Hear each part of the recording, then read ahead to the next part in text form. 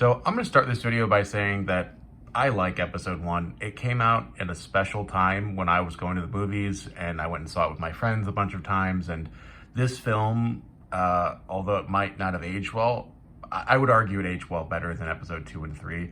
I think it's just great for a number of reasons. So I want to talk today about the episode 1 expansions within the Star Wars CCG game. This has come at a request for a couple people, so I figured I'd just put together a quick video of sort of the highlights.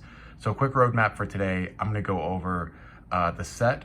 I'm going to do a good, bad, and the ugly, and then I'm going to open this pack right here. So let's dive right into it. So Tatooine came out after Death Star 2 and Reflections 2. So this was sort of the height of this game. Lots of people playing across the entire US and the world. And Tatooine came out, and it's a small set. It's only 90 cards. So I actually have a full set right here. So it's only 90 cards. So it was rather easy to collect. And I think anticipating a huge amount of demand for it, it was really overproduced. So there's just still a lot of it out there. This pack you can probably find on eBay for, $10 to $15. So there's a lot of it out there. So it introduced a couple new concepts. The first thing, which I think for collectors I'll just highlight, are the AIs, which are alternative images. So you see this small gold ring. This signifies the AI. So I have an AI Darth Maul, and then an AI Aura Singh, who was in the film for about 5 seconds, maybe less. So you have the normal version of her without the gold ring, and then the gold ring. So the AIs, or alternative images, came 1 out of every 4 packs. So they were approximately 4 times more rare to find. And accordingly, today, the AIs are a big collector's item. So these sets of the Tatooine 9 AIs, so they did 9 of these cards, are rather not insanely difficult to track down, but still something that I think a lot of people are after. So I like the AIs. I think that this is a cool part of the game and a nice thing to do for the collectors. Obviously, players don't need to get AIs to play with their decks. They can just play with the regular ones. So that's sort of the first thing. And I also have intentionally placed Jar Jar right there so that he is peeking into the shot.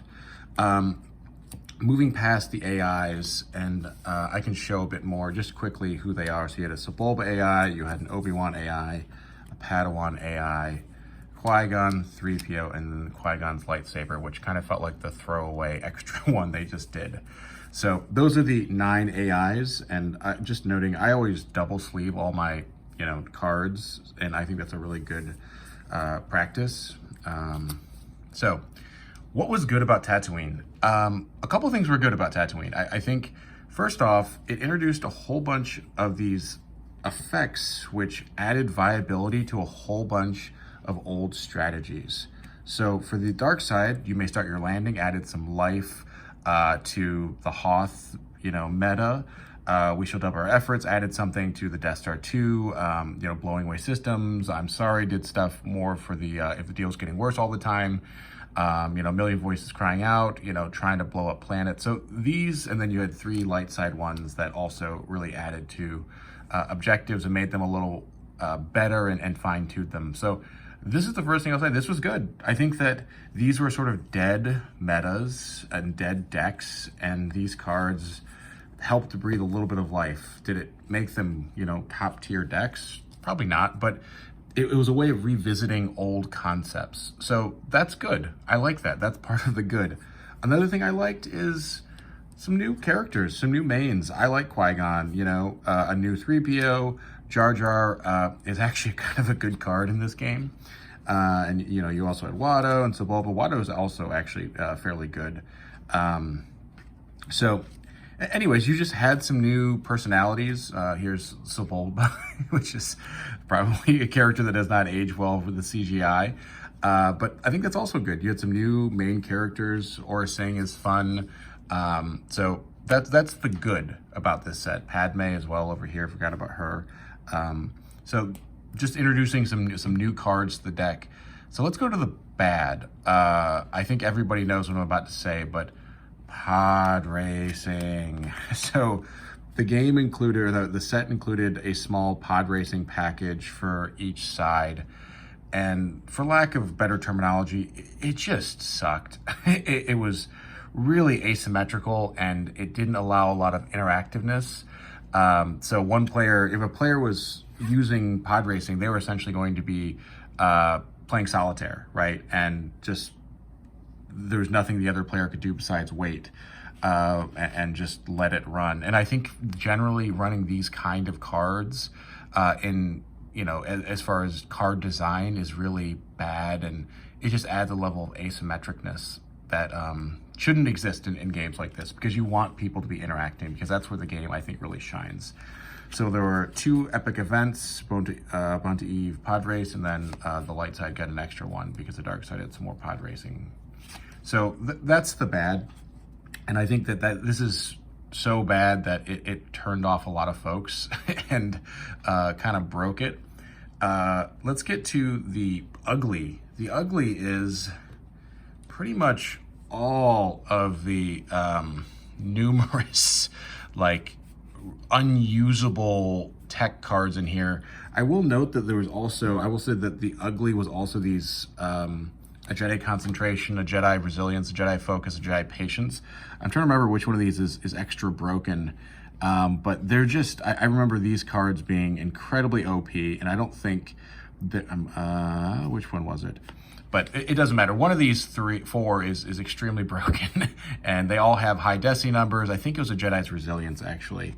Oh yes, if a character just lost was armed with a lightsaber, take that character in hand. You could just endlessly cycle Luke around. So Tatooine didn't just have episode 1 stuff. It had a good deal of sort of fine-tuning the old sets as well. But I think that some of the improvements were good, but some of them were just kind of broken stuff, like being able to endlessly cycle lightsaber characters back into your hand and then deploy them again.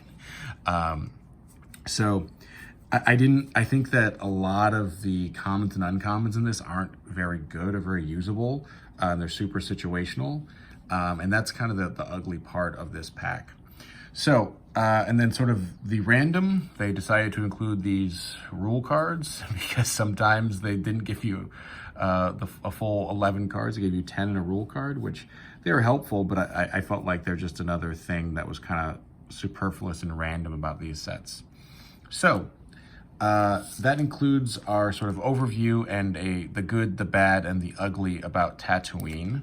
So let's do the aforementioned pack opening. So what are we looking for here? We are probably hoping to pull any of the AIs. So those 9 mentioned AIs would be really great pulls. Or a Darth Maul, Qui-Gon, those would all be, great pulls. And the great thing about Tatooine is there's only 30 rares, so your actual chance of getting some really good cards is rather high. And I don't need to keep this pack, so I can just maul the wrapper here. Now I believe the rare is in the very middle, so I think they did. So it looks like we have a light side. This is our rare, so I'm gonna stick that to the back. So you'll see there's just lots of red cards here, which is fine. It's just, it's not super fun to open up a pack and almost get entirely red cards. So we got 4, 5 there, 6, 7. Oh, look, 1 character, some random alien. And this might be a brutal pack. I'm nervous. What do we have? No, okay, end of a reign. This is so this is what I mean about the ugly with Tatooine. Let's look at this pack. We had 11 cards here, and this is what our, besides these other 2 here.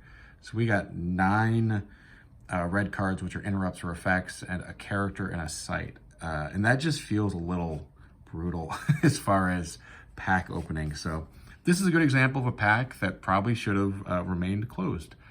And so let's close on that, and I hope everyone's having a good day, and stay tuned for part 2, which is going to be Coruscant. And everyone, remember to like and subscribe if you want to continue this content going. I'm trying to figure out what folks want. If you have video ideas, feel free to let me know. Thanks.